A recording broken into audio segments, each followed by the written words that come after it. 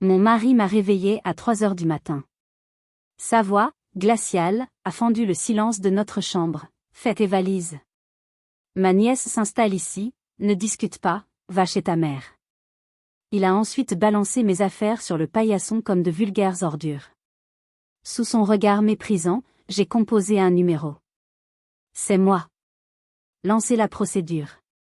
30 minutes plus tard, la sonnette a retenti. Luc est allé ouvrir et son visage est devenu blême en voyant que ce n'était pas sa nièce, mais la police qui se tenait sur notre seuil. Bonjour à tous et merci de nous rejoindre pour cette histoire.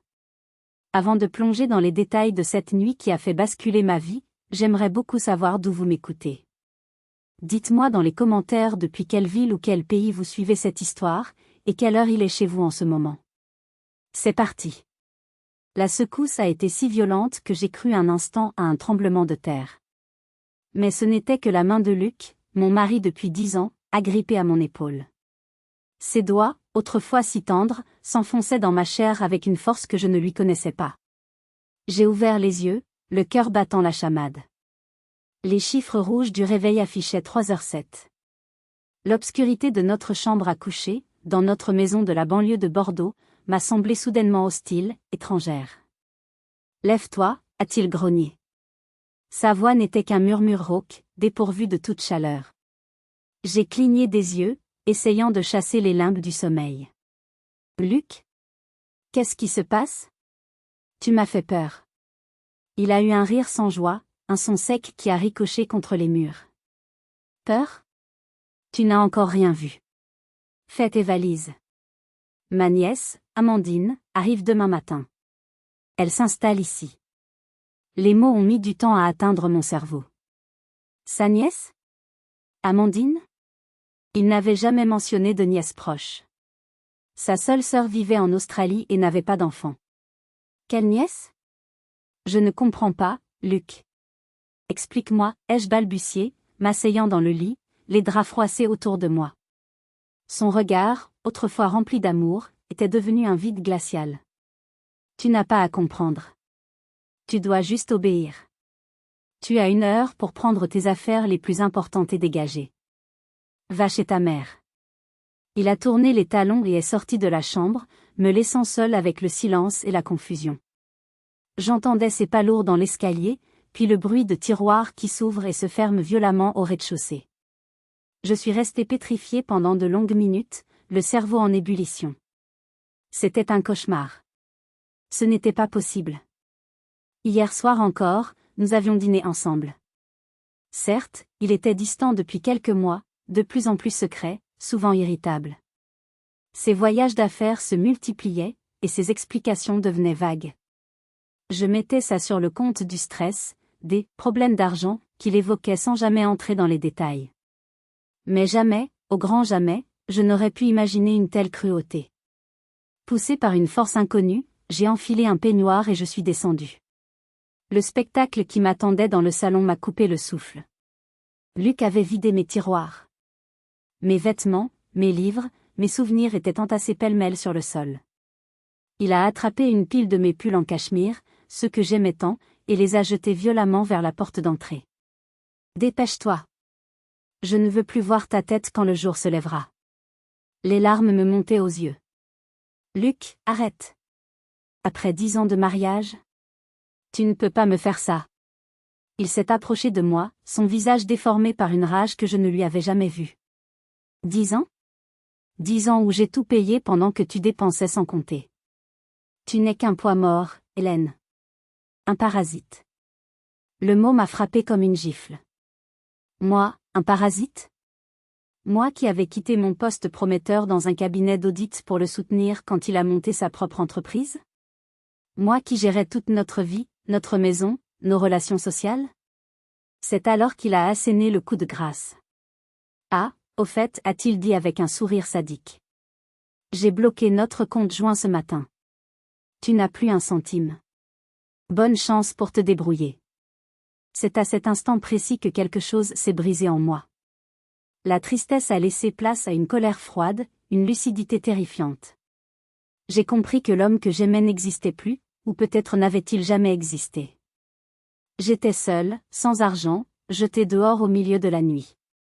Luc pensait m'avoir détruite, mais il ignorait que la femme qu'il venait d'humilier avait un secret qu'il n'aurait jamais pu imaginer. Je suis remontée dans notre chambre, les jambes flageolantes, mais l'esprit étrangement clair. La panique avait cédé la place à une détermination glaciale. Puisque j'étais seule, je devais me battre. Puisque j'étais acculée, je devais trouver une issue. J'ai ouvert la penderie pour prendre quelques vêtements. Mes mains tremblaient, non plus de peur, mais de rage. En attrapant mon tailleur noir, celui que je portais lors des réceptions importantes pour son entreprise, mes doigts ont heurté une petite boîte en bois cachée au fond. Je l'avais presque oubliée. Je l'ai ouverte. À l'intérieur, il n'y avait pas de bijoux, mais de vieux carnets à spirale et des cartes de visite. C'étaient les vestiges de mon ancienne vie, celle d'avant Luc. Avant notre mariage, j'étais analyste financière spécialisée dans la détection de fraude. J'étais douée, passionnée.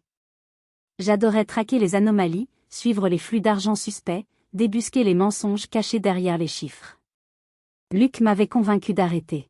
« Tu es trop stressé, disait-il. Je gagne assez pour nous deux. Occupe-toi de notre foyer, ce sera ton nouveau projet. » J'avais accepté par amour, par confiance. Quelle idiote j'avais été. Mes yeux se sont posés sur une carte de visite en particulier. Antoine Lemaire, enquêteur financier. Antoine. Mon ancien collègue, mon mentor, et peut-être un peu plus si je n'avais pas rencontré Luc.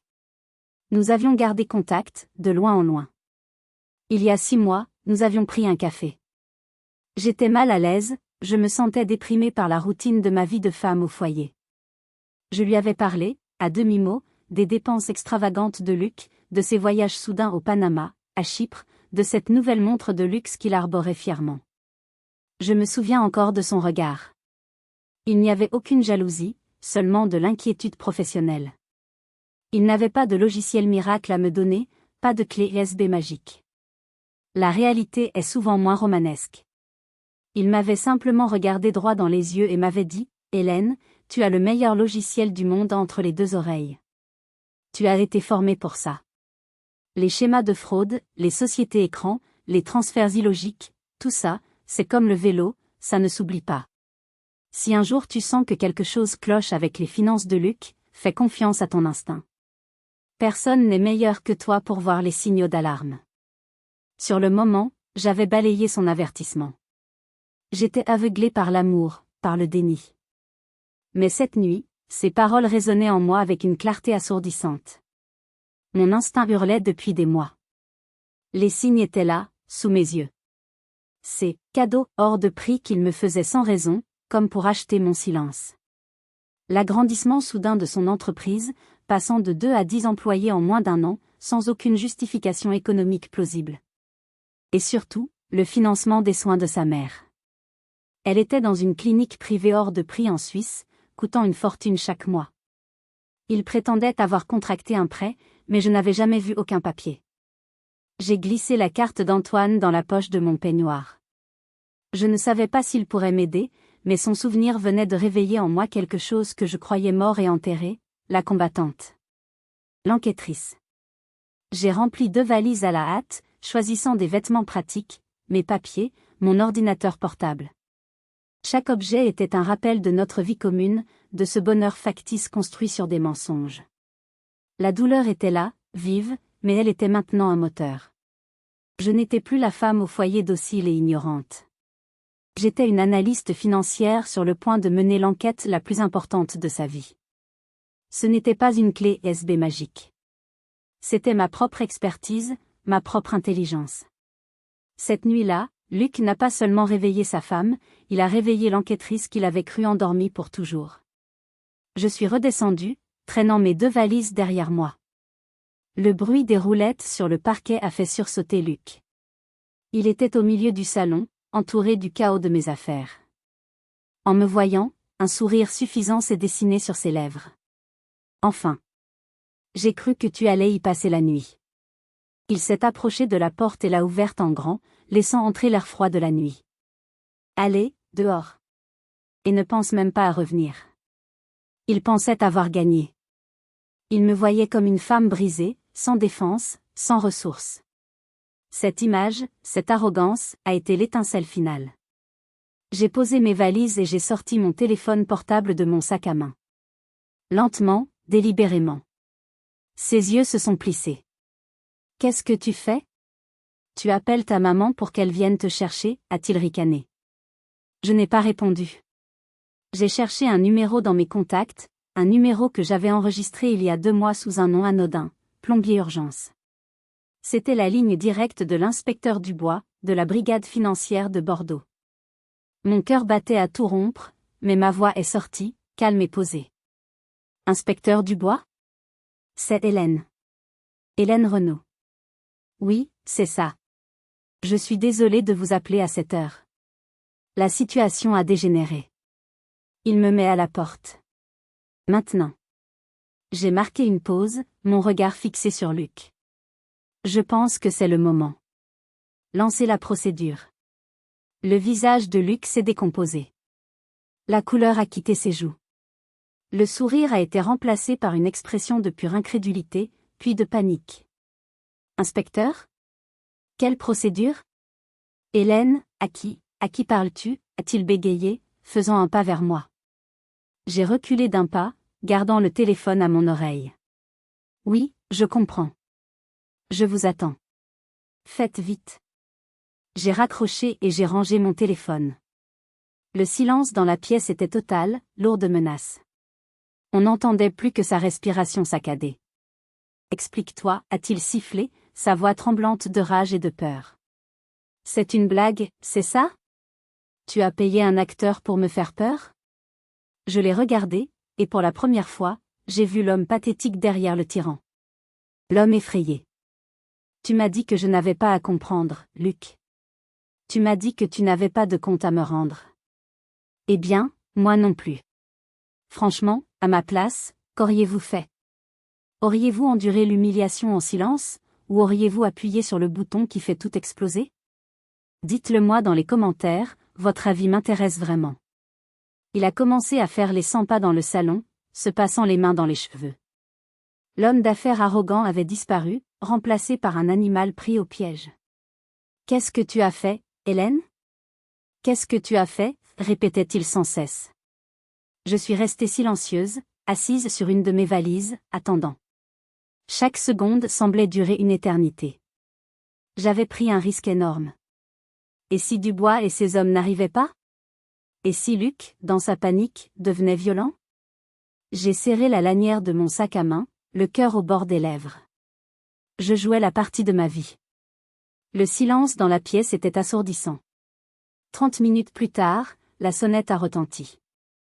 Un son bref, autoritaire. Luc a sursauté comme s'il avait reçu une décharge électrique.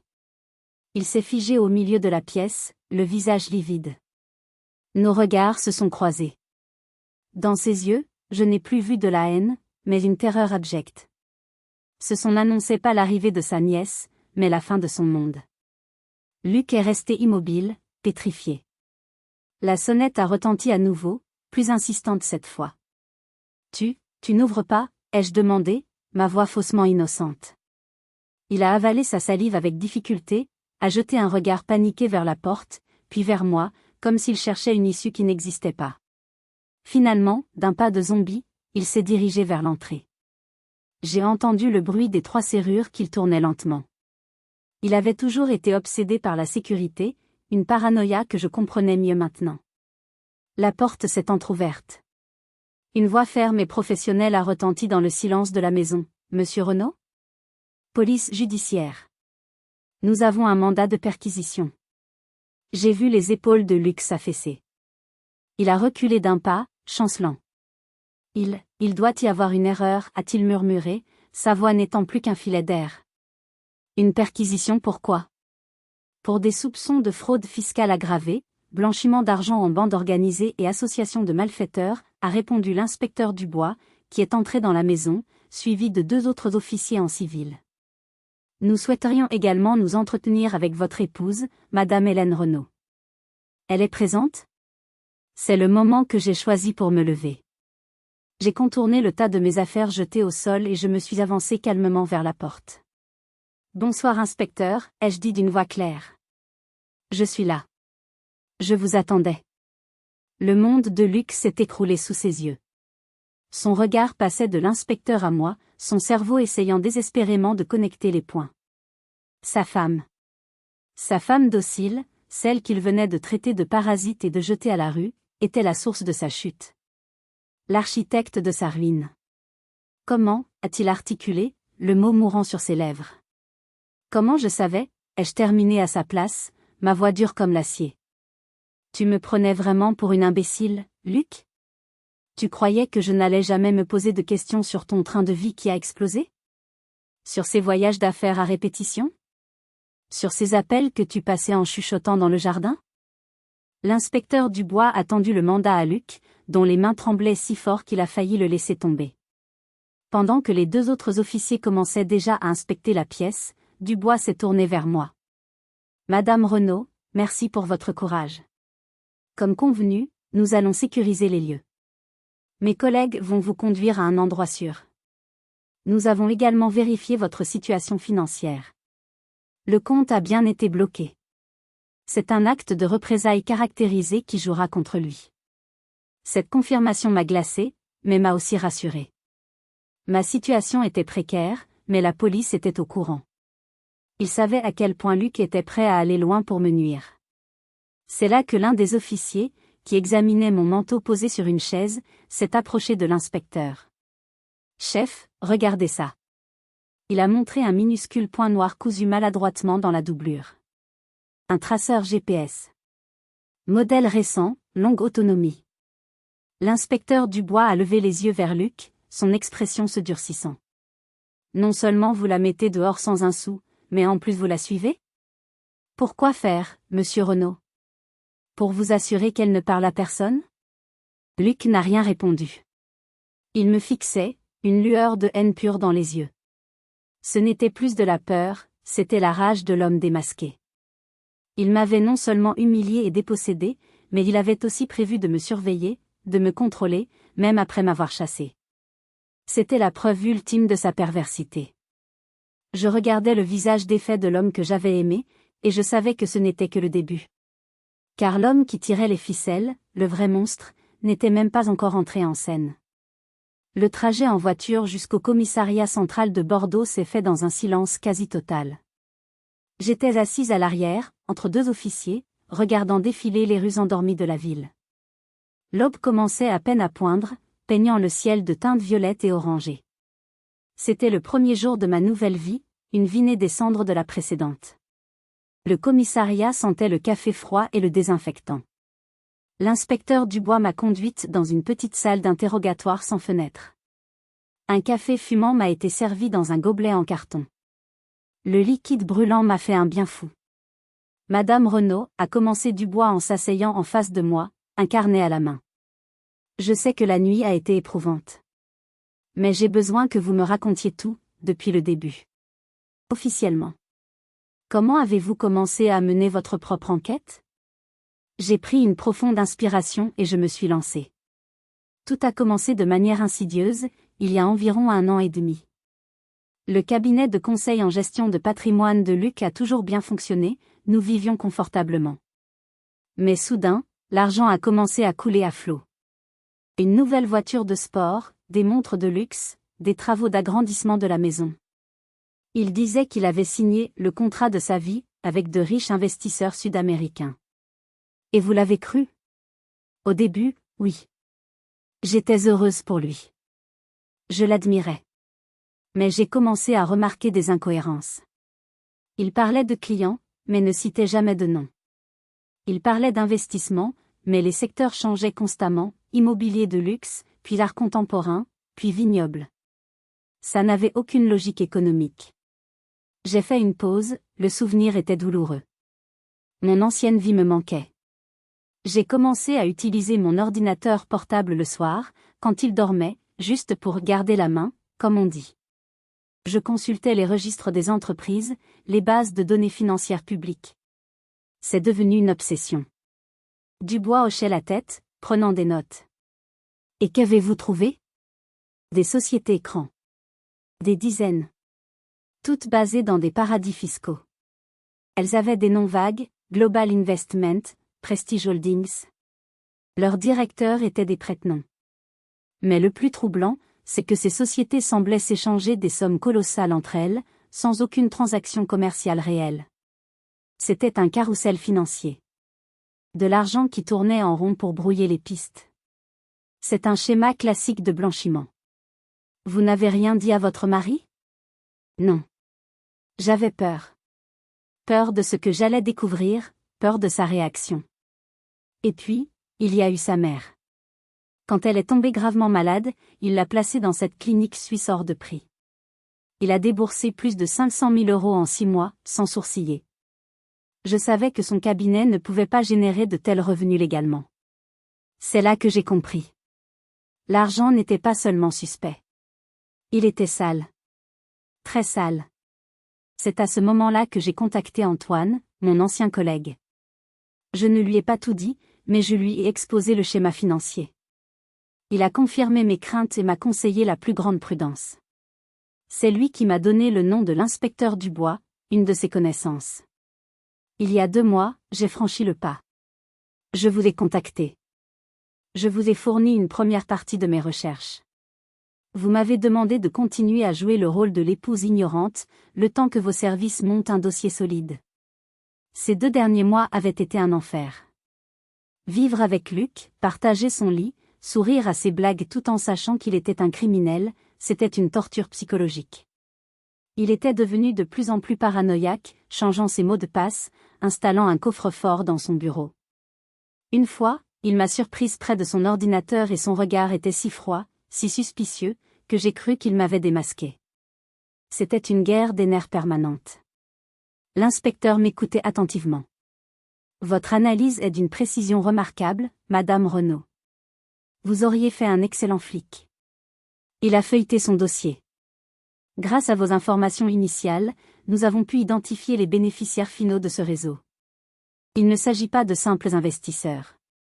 Il s'agit des frères Mercier, Jean-Pierre et Philippe. Des figures majeures du grand banditisme parisien, spécialisées dans le trafic d'œuvres d'art volées et le blanchiment à très grande échelle. Votre mari n'était pas un simple conseiller financier. Il était leur principal architecte financier en Europe. Le nom, Mercier, a fait l'effet d'une bombe. J'avais lu des articles sur eux. Des hommes impitoyables, violents, liés à plusieurs disparitions non élucidées. Et c'est en analysant les dépenses pour sa mère que j'ai découvert l'horreur absolue. L'argent qui payait ses soins, qui prolongeait sa vie, provenait directement d'une société écran liée à la vente d'une collection de tableaux volés à une famille de collectionneurs juifs pendant la Seconde Guerre mondiale. Il payait la vie de sa mère avec l'argent de la souffrance et de la mort. La révélation de l'inspecteur Dubois a suspendu le temps. Les frères Mercier. Je savais ce que ces noms signifiaient. J'avais plongé dans le monde de la finance grise, mais je réalisais que j'étais tombé dans un abîme bien plus profond, un monde où l'argent et le sang se mêlaient intimement. Les frères Mercier? Ai-je répété, ma voix un murmure. Mais comment Luc a-t-il pu s'associer à des gens comme ça? L'appât du gain, Madame Renaud.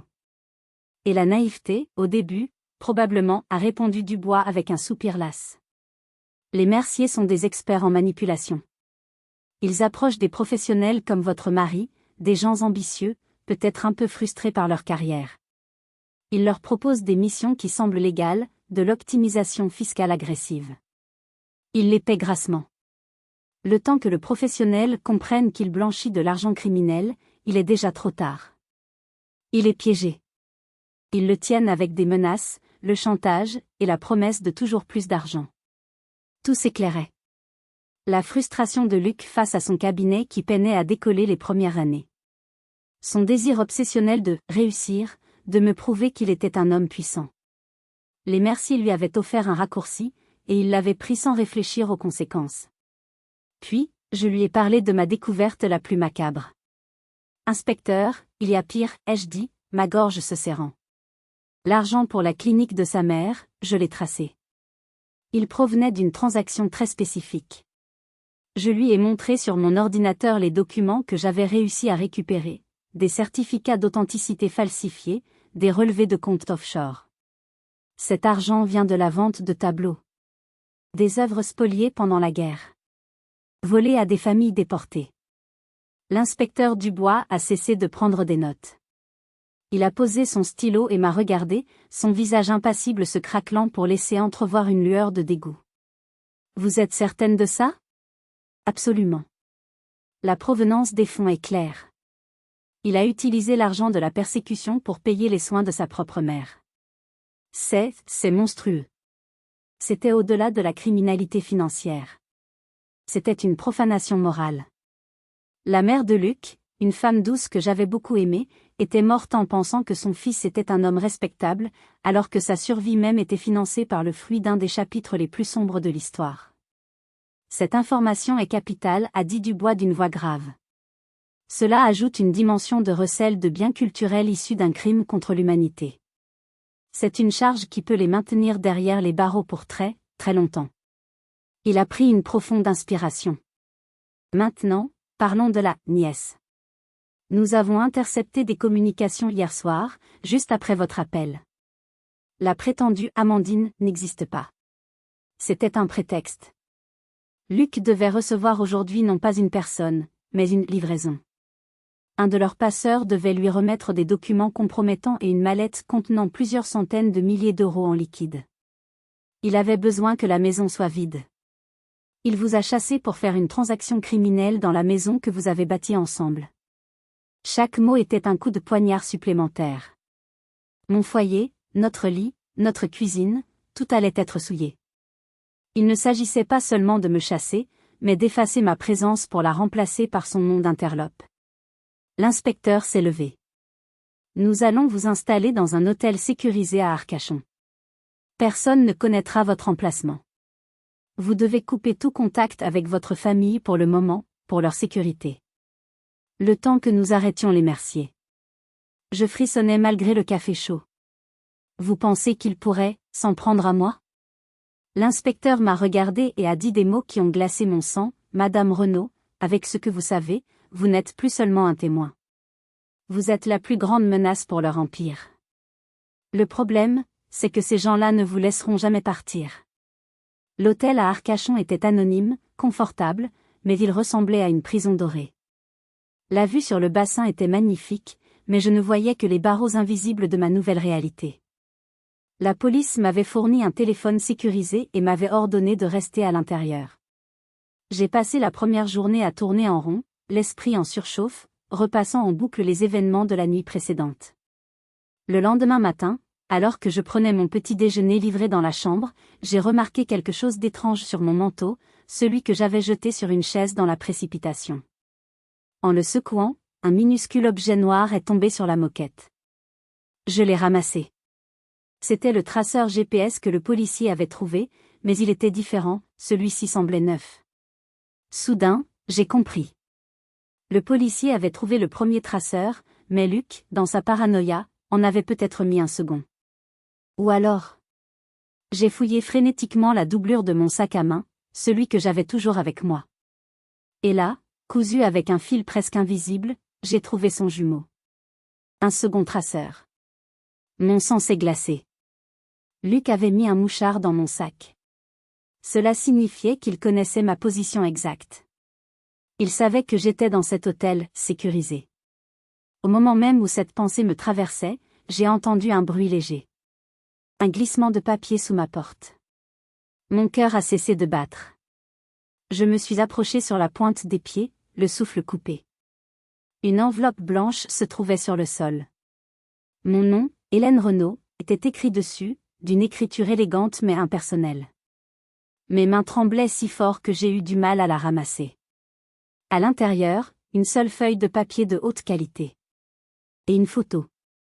Une photo de ma sœur, Sophie, et de sa fille de 10 ans, Chloé, assise à une terrasse de café sur la promenade des Anglais, à Nice. La photo était récente, peut-être même de la veille. Elle souriait, insouciante.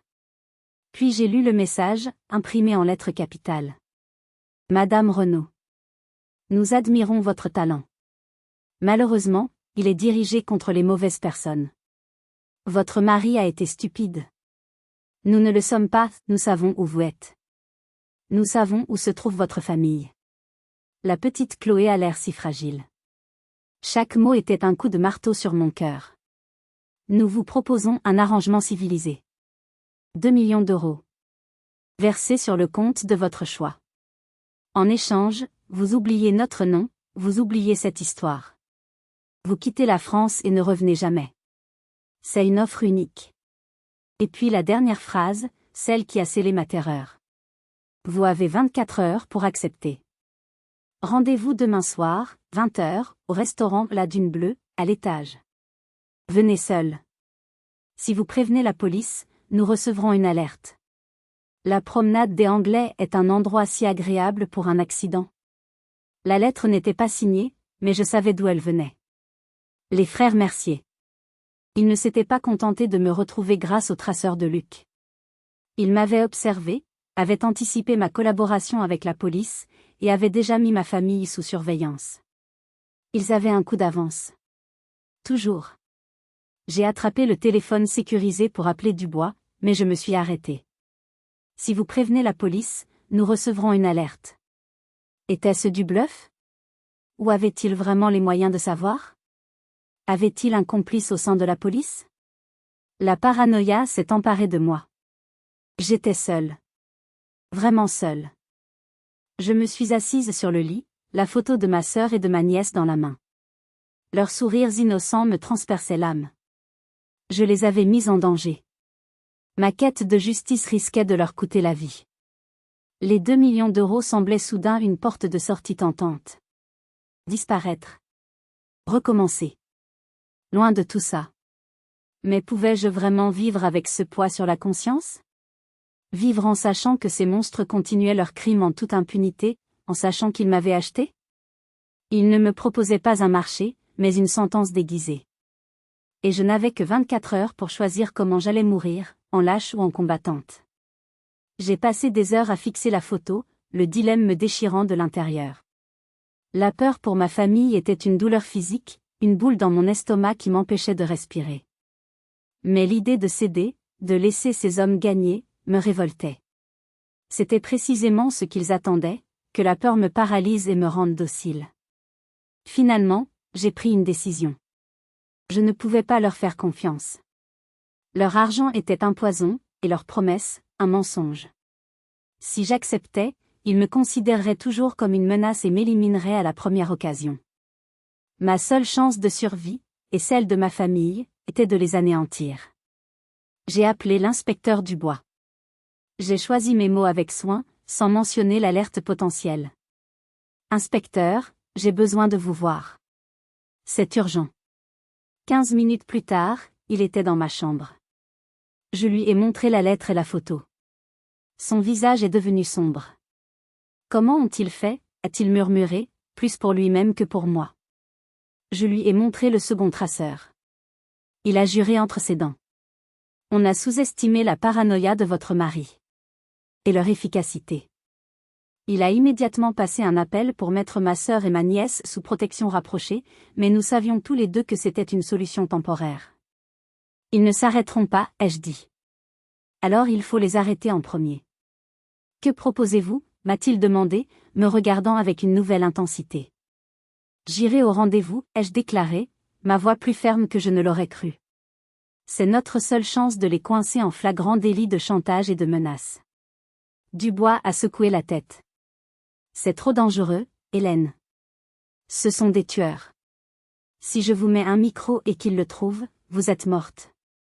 Et si je n'y vais pas, ma famille est morte, ai-je rétorqué. Vous et moi savons qu'ils mettront leurs menaces à exécution. Nous n'avons pas le choix. Vous devez me faire confiance. Je sais jouer la comédie. Je peux les amener à parler, à se compromettre.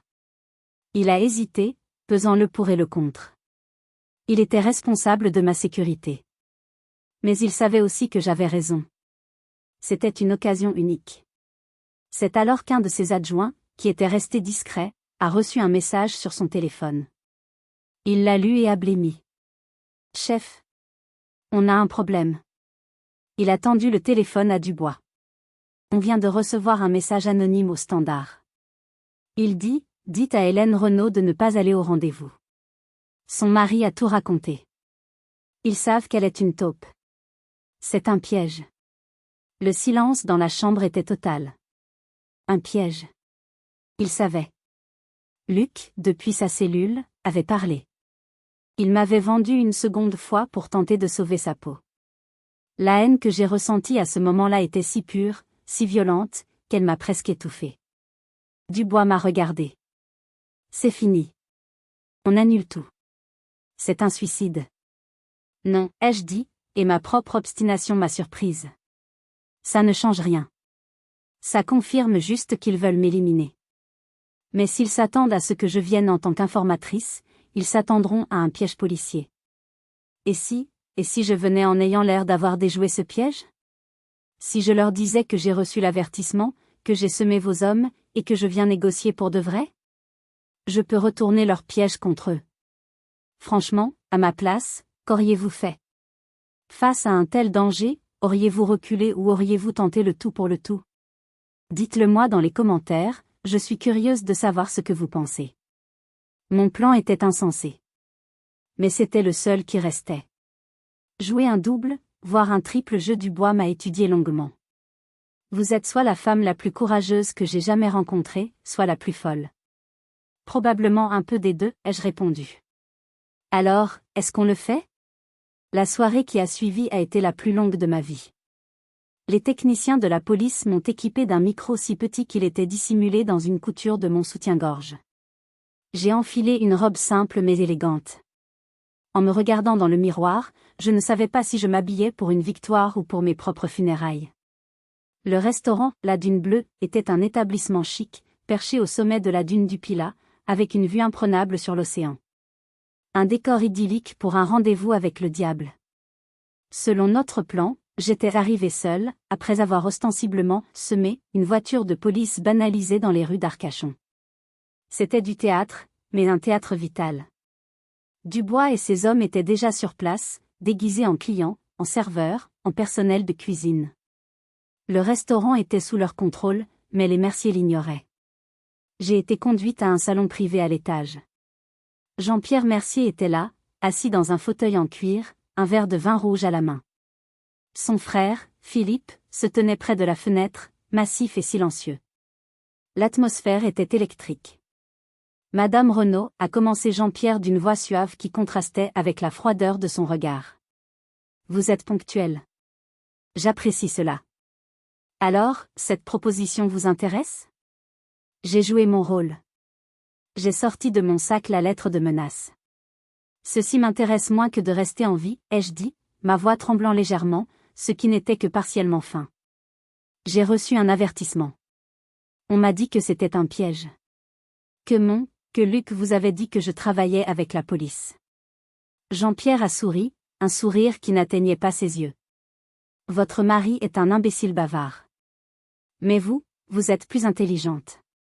Vous avez compris qu'on ne peut pas faire confiance à la police. Alors, pourquoi êtes-vous venu? Parce que je n'ai pas le choix, ai-je répondu, en le regardant droit dans les yeux. La police veut m'utiliser. Vous voulez me tuer. Je suis venu vous proposer une troisième option. Un meilleur marché. L'intérêt de Jean-Pierre a été piqué. Je vous écoute. Ce que je sais sur vos opérations vaut bien plus que 2 millions d'euros. Je peux vous donner des détails sur l'enquête policière. Je peux oublier des preuves cruciales lors de mon témoignage. En échange, je veux 5 millions. Et vous laissez ma famille tranquille. Pour toujours. C'était un coup de poker. Le silence s'est installé. Philippe s'est approché. Elle bluffe. Elle porte un micro. Alors fouillez-moi, ai-je lancé, ouvrant grand les bras, le cœur battant à me rompre la poitrine. C'était le moment le plus dangereux. S'il me touchait, il trouverait le matériel. Mais Jean-Pierre a levé la main. Pas si vite. J'aime son audace. Il m'a scruté, cherchant la moindre faille. 5 millions? C'est beaucoup d'argent pour faire confiance à une traîtresse. Je ne trahis personne, ai-je dit. Je choisis le camp du plus fort. Et entre la police de Bordeaux et vous, mon choix est vite fait. À cet instant, j'ai cru que tout était fini. La tension était insupportable. Si vous pensez que l'histoire s'arrête là, vous vous trompez lourdement. Ce qui va suivre va vous glacer le sang. Jean-Pierre a semblé réfléchir, puis il a hoché la tête. Très bien. J'accepte de négocier. Mais d'abord, un gage de bonne foi. Il s'est levé et s'est approché de moi. Dites-moi quelque chose que seule une informatrice de la police pourrait savoir. Je n'avais pas prévu ça. J'ai improvisé. Ils ont trouvé le second traceur GPS. Ils savent comment vous m'avez localisé. Et ils ont des preuves sur la provenance des tableaux spoliés. L'expression de Jean-Pierre a changé. L'amusement a disparu, remplacé par une fureur contenue. La mention des tableaux l'avait touché. Comment savez-vous ça? Je leur ai dit, ai-je menti? Il a secoué la tête. Dommage, dit-il, sa voix redevenant glaciale. Vraiment dommage. Il a sorti une petite arme de sa veste, un pistolet équipé d'un silencieux. Vous auriez fait une excellente partenaire. Mais vous en savez beaucoup trop. Philippe, occupe-toi d'elle. Discrètement. Philippe s'est avancé, un sourire cruel sur les lèvres. Mon plan avait échoué. Ils allaient me tuer. C'est à ce moment précis que la porte s'est ouverte brutalement. Mais ce n'était pas Dubois et ses hommes. C'était Antoine, mon ancien collègue. Il n'était pas en costume, mais en gilet pare-balles, une arme de service à la main, suivie par une escouade d'hommes lourdement armés. Sur leur gilet, je n'ai pas lu « Police nationale », mais « OCLSIF », l'Office central de lutte contre le crime financier. Jean-Pierre Mercier, a dit Antoine d'une voix forte. Police judiciaire. Vous êtes en état d'arrestation. Le coup de feu a éclaté, mais il ne venait pas de l'arme de Mercier. C'était un tir de tasé. Philippe s'est effondré en convulsant. Jean-Pierre, sidéré, n'a même pas eu le temps de lever son arme avant d'être maîtrisé. Dans le silence qui a suivi, j'ai compris que ma vie d'avant était terminée pour toujours. J'étais sous le choc, incapable de bouger, regardant la scène se dérouler comme dans un film au ralenti. Antoine s'est approché de moi, son visage grave. Hélène, ça va? Tu n'es pas blessée? J'ai secoué la tête, les mots coincés dans ma gorge. L'inspecteur Dubois est entré à son tour, l'air à la fois soulagé et légèrement vexé. Le maire. Vous auriez pu nous prévenir que vous alliez débarquer comme la cavalerie. Désolé, Dubois, a répondu Antoine sans quitter mon regard. C'était une opération sensible. On ne pouvait prendre aucun risque de fuite. Il s'est tourné vers moi. Le message d'avertissement, c'était moi. Je savais qu'ils avaient fait parler Luc. Je savais qu'ils te tendaient un piège. Je suivais les Mercier depuis plus d'1 an, bien avant que tu ne contactes Dubois. Tes informations ont été le catalyseur, la pièce manquante qui nous a permis de tout boucler. Je comprenais maintenant. Mon enquête locale avait convergé avec une opération nationale de bien plus grande envergure. Je n'étais pas seul, finalement. J'avais eu un ange gardien inattendu. Pendant que les policiers emmenaient les frères Mercier, menottés et silencieux, je me suis senti envahi par une fatigue immense. L'adrénaline qui m'avait portée pendant des jours s'est dissipée d'un coup, me laissant vide et tremblante. Antoine a posé une main réconfortante sur mon épaule. C'est fini, Hélène. Tu as été incroyablement courageuse. Grâce à toi, l'un des plus gros réseaux de blanchiment d'Europe vient de tomber. Les jours qui ont suivi ont été un tourbillon de dépositions, de réunions avec les procureurs. Ma vie était devenue une affaire d'État. Mais au milieu de tout ça, une seule chose m'obsédait, la confrontation finale. Celle avec Luc. 6 mois plus tard, la veille du procès, mon avocat a organisé une rencontre au parloir de la prison. Quand je l'ai vu entrer, j'ai eu un choc. Il avait vieilli de 20 ans.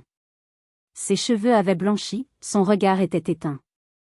L'homme arrogant et cruel avait été remplacé par une épave. Hélène, a-t-il dit, sa voix faible. Il s'est assis en face de moi, une vitre blindée nous séparant. Pourquoi, Luc? C'était la seule question qui comptait. Pourquoi avoir tout détruit? Il a mis longtemps à répondre. J'avais peur, a-t-il finalement avoué, les larmes coulant sur ses joues creuses. J'avais peur de ne pas être assez bien pour toi. Peur de finir comme mon père, un petit employé toute sa vie. Les Mercier, ils m'ont fait miroiter un monde de puissance, de respect. Je suis tombée dedans. Et quand j'ai compris, il était trop tard. Et moi? Et notre mariage? J'ai commencé à te voir comme une menace, a-t-il murmuré, honteux. Tu étais trop intelligente. J'avais peur que tu découvres tout. Alors je t'ai repoussé. J'ai été odieux. Quand la police est arrivée, et qu'ils m'ont menacé, ils m'ont dit que si je coopérais, si je te donnais à eux, ils réduiraient ma peine. J'ai paniqué. J'ai été lâche. J'ai voulu sauver ma peau. Il a posé sa main contre la vitre. Pardonne-moi, Hélène. S'il te plaît. J'ai regardé cet homme, cet étranger, et j'ai ressenti non pas de la haine, mais un vide immense. Une pitié froide. Le pardon, Luc, ça se mérite. Tu as choisi l'argent plutôt que l'amour. Tu as choisi la trahison plutôt que la loyauté. Tu as payé la vie de ta mère avec l'argent de la souffrance. Tu m'as livré à des monstres pour sauver ta misérable vie. Je me suis levée. Je ne te pardonnerai jamais. Mais je vais continuer à vivre. C'est ça, ma victoire. Vivre la vie que tu m'as volée. Le jour du procès, mon témoignage a été accablant. J'ai raconté mon histoire, calmement, méthodiquement. Le verdict est tombé comme un coup près. 30 ans pour chacun des frères Mercier. Et 20 ans de prison ferme pour Luc. Si vous pensez qu'Hélène a eu raison de ne pas lui pardonner, mettez un « like » sur cette vidéo pour montrer votre soutien. Nous arrivons à la fin de cette histoire intense. En sortant du tribunal, j'ai senti le poids de 10 années de mensonges se lever de mes épaules. J'étais enfin libre. Mais il restait une dernière confrontation, la plus douloureuse de toutes, celle avec l'homme qui avait tout commencé, moi-même, et le chemin de la reconstruction. Le retour à Nice n'a pas été un retour à la normale, mais le début d'une nouvelle normalité. Ma sœur Sophie et ma nièce Chloé m'ont accueilli avec une tendresse infinie, sans jamais poser de questions envahissantes. Leur amour a été mon baume, mon ancre dans la tempête. Les premiers mois ont été difficiles. Les nuits étaient peuplées de cauchemars. Le moindre bruit me faisait sursauter.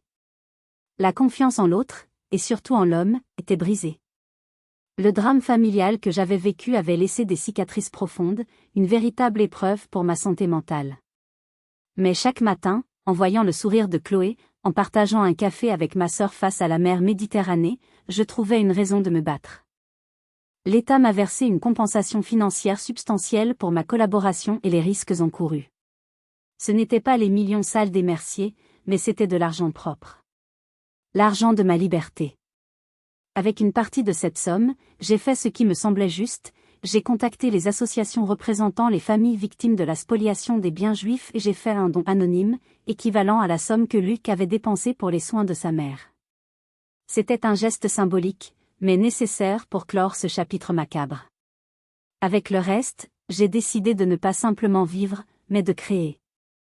J'ai utilisé mon expertise, cette intelligence que Luc avait voulu étouffer, pour fonder ma propre petite entreprise. Un cabinet de conseil spécialisé dans l'aide aux femmes victimes de fraude conjugale ou de difficultés financières après un divorce ou une séparation difficile. Je les aide à analyser leur situation, à reprendre le contrôle de leur budget, à atteindre l'indépendance financière. Aujourd'hui, 1 an après le procès, je suis assise sur la terrasse de mon propre appartement, à Nice. Je regarde le soleil se coucher sur la mer. Mon entreprise se développe. J'ai aidé des dizaines de femmes à se relever, à se reconstruire. Leur gratitude est ma plus grande richesse. Je ne sais pas si j'aimerai à nouveau un jour. Le chemin est encore long. Mais ce n'est plus ma priorité. J'ai appris que le bonheur ne dépend pas d'un homme, d'un mariage ou d'un compte en banque. Il réside dans notre propre force, notre résilience, notre capacité à transformer la douleur en puissance. Cette épreuve m'a tout pris, mon mari, ma maison, mes illusions. Mais elle m'a aussi révélé ma propre force. J'ai appris que la plus grande richesse n'est pas sur un compte en banque, mais dans notre capacité à nous relever. Mon histoire est terminée, mais je sais que je ne suis pas la seule à avoir traversé une trahison, des problèmes d'argent, ou un drame familial qui a tout changé. Si vous avez vécu une expérience similaire et que vous souhaitez la partager, même anonymement, l'espace des commentaires est à vous. Votre histoire pourrait donner du courage à quelqu'un d'autre. Parlez, C'est déjà commencé à guérir. Merci de m'avoir écouté jusqu'au bout. N'oubliez jamais, après la nuit la plus sombre, vient toujours le lever du soleil. Prenez soin de vous.